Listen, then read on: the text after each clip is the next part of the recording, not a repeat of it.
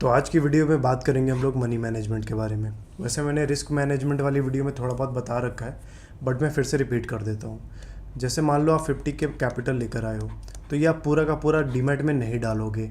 इसमें से सिर्फ आप उतना ही डालोगे जितना आपको ज़रूरत हो ट्रेड लेने की। जैसे मान लो आप एक लॉट से ट्रेड लेना चाह रहे हो, तो आपको सिर्फ 10 के डीमैट में डालना है, बाकी का 40 के बैकअप रखना है।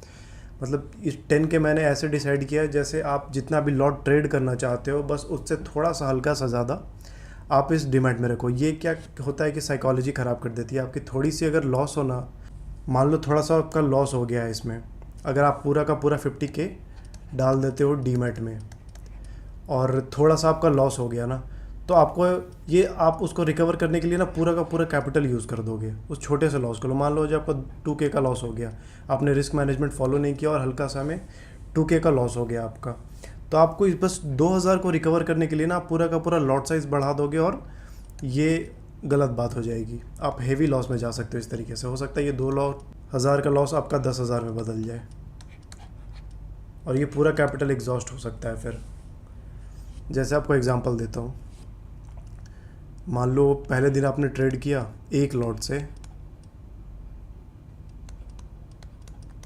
और आपने 30 पॉइंट कैप्चर किए, तो आपके बने 450।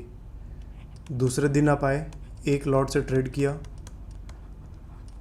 30 पॉइंट्स कैप्चर किए, बना 450। आपका कॉन्फिडेंस गेन हो गया, लगा कि अरे यार मुझे तो आती है चीज़ें।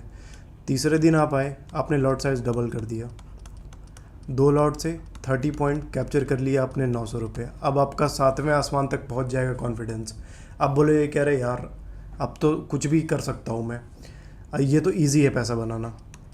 चौथे दिन आओगे, आपने 10 लॉट ले लिया क्योंकि आपके पास पैसे हैं, 10 लॉट ले लिया।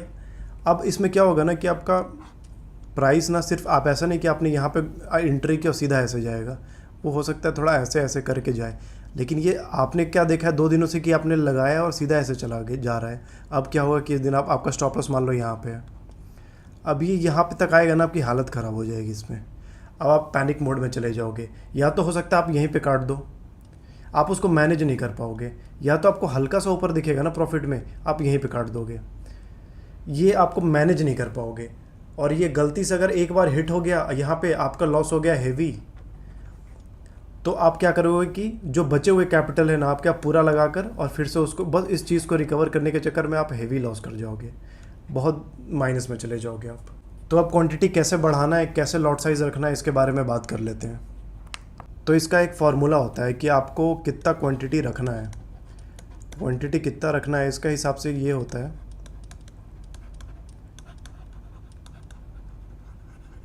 रिस्क पर ट्रेड बाई SL।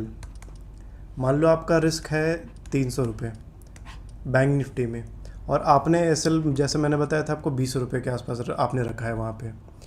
तो इसको अगर काट दो तो आपको बनते हैं 15। तो आपको अगर एक लॉट, अगर आपका SL रिस्क इतना है, SL इतना है, तो आपको 15 क्वांटिटी में, मतलब बैंक निफ्टी में एक लॉट में आपको ट्रेड करना है। मान लो आपको बहुत ज़्यादा किसी दिन बढ़ गया कॉन्फिडेंस, 1-2 महीने आपने काम कर लिए अच्छे से, आपने अपना रिस्क बढ़ा के 600 कर लिया, और स्टॉप लॉस तो वही रहेगा ना। स्टॉप लॉस ऐसा तो नहीं कि क्वांटिटी आप बढ़ाओगे तो स्टॉप लॉस भी बढ़ा दोगे। क्वांटिटी आपने बढ़ाई, अब स्टॉप लॉस आपने सेम रखा और आपकी रिस्क पर ट्रेड बढ़ गई। सेम चीज़ का आप इवेल्युएट करोगे 30 बनेगा, मतलब आप 2 लॉट से आप ट्रेड कर सकते हो। इसी तरीके से आप क्वांटिटी निकाल सकते हो इस फार्मूले पे। तो इस तरीके से आप अपना मनी को मैनेज कर सकते हो, मनी मैनेजमेंट इस तरीके से कर सकते हो, और अपना लॉट साइज़ इस तरीके से पोजीशन साइजिंग आप कैरी कर सकते हो। मिलते हैं नेक्स्ट वीडियो में।